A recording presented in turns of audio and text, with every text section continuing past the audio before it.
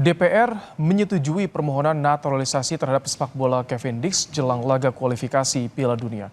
Namun ada juga anggota Komisi 10 DPR yang mengkritik proses naturalisasi pemain timnas. Bagaimana menyikapi proses naturalisasi ini? Kita akan bahas bersama dengan pengamat sepak bola M. Kusnaini. Selamat petang Bungkus. Selamat petang Ibrahim. Bungkus, ada anggota Komisi 10 DPR yang mengkritik proses naturalisasi. Bagaimana menyikapinya seharusnya Bungkus?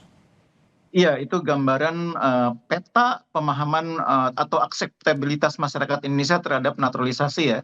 Artinya memang tidak semua masyarakat Indonesia dengan mudah menerima naturalisasi. Ada sekelompok masyarakat yang juga belum bisa menerima atau tidak menerima. Dan apa yang disuarakan Ibu Anita itu adalah wakil dari kelompok masyarakat yang masih keberatan atau tidak menerima naturalisasi. Itu saya pikir harus kita terima sebagai realita ya.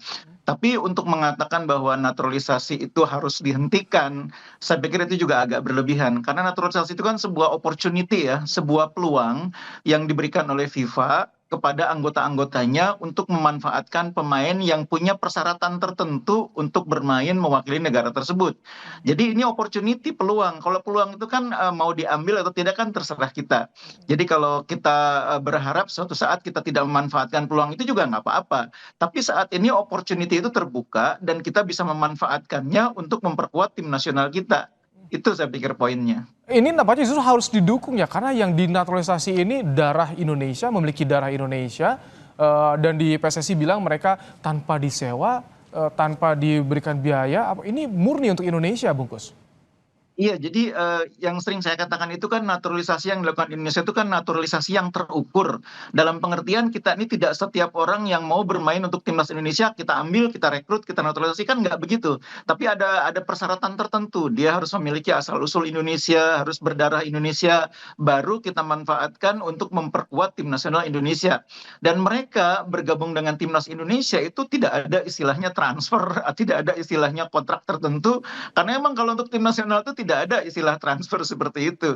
Jadi mungkin pemahamannya yang harus harus disampaikan kepada pihak-pihak yang belum paham sepenuhnya tentang konteks naturalisasi ini, bahwa naturalisasi itu lebih karena semangat nasionalisme yang dimiliki oleh pemain yang bersangkutan yang ingin membela negara leluhurnya, yang ingin membela tim nasional di mana dia merasa punya ikatan emosional atau ikatan darah. Itu yang harus disampaikan. Jadi seharusnya tidak boleh ada diskriminasi terhadap mereka, karena ini mereka berjuang untuk negara juga, Bungkus, untuk Iya, tanah leluhur. betul. Saya sering mengatakan bahwa naturalisasi itu kan juga bagian dari hak mereka.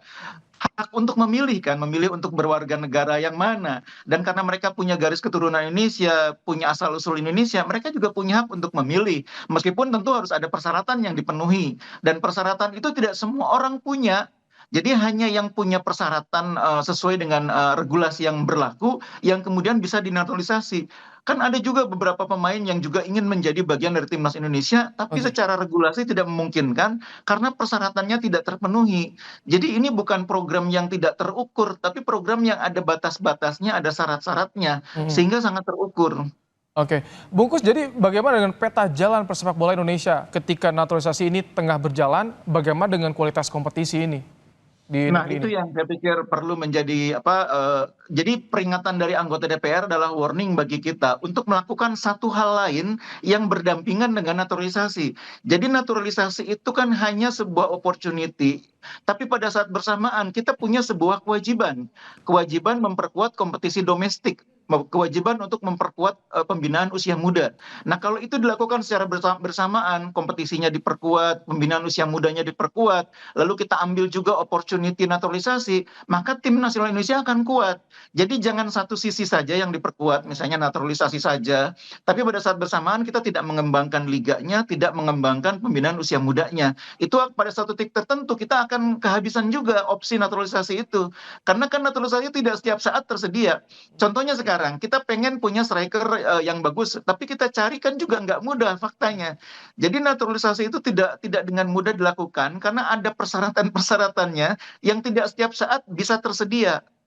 Oke, baik. Terima kasih Bung Kusnaini, Baik, pengamat Ibrahim. sepak bola, telah menyampaikan pandangannya dalam program Kompas Petang sore hari ini.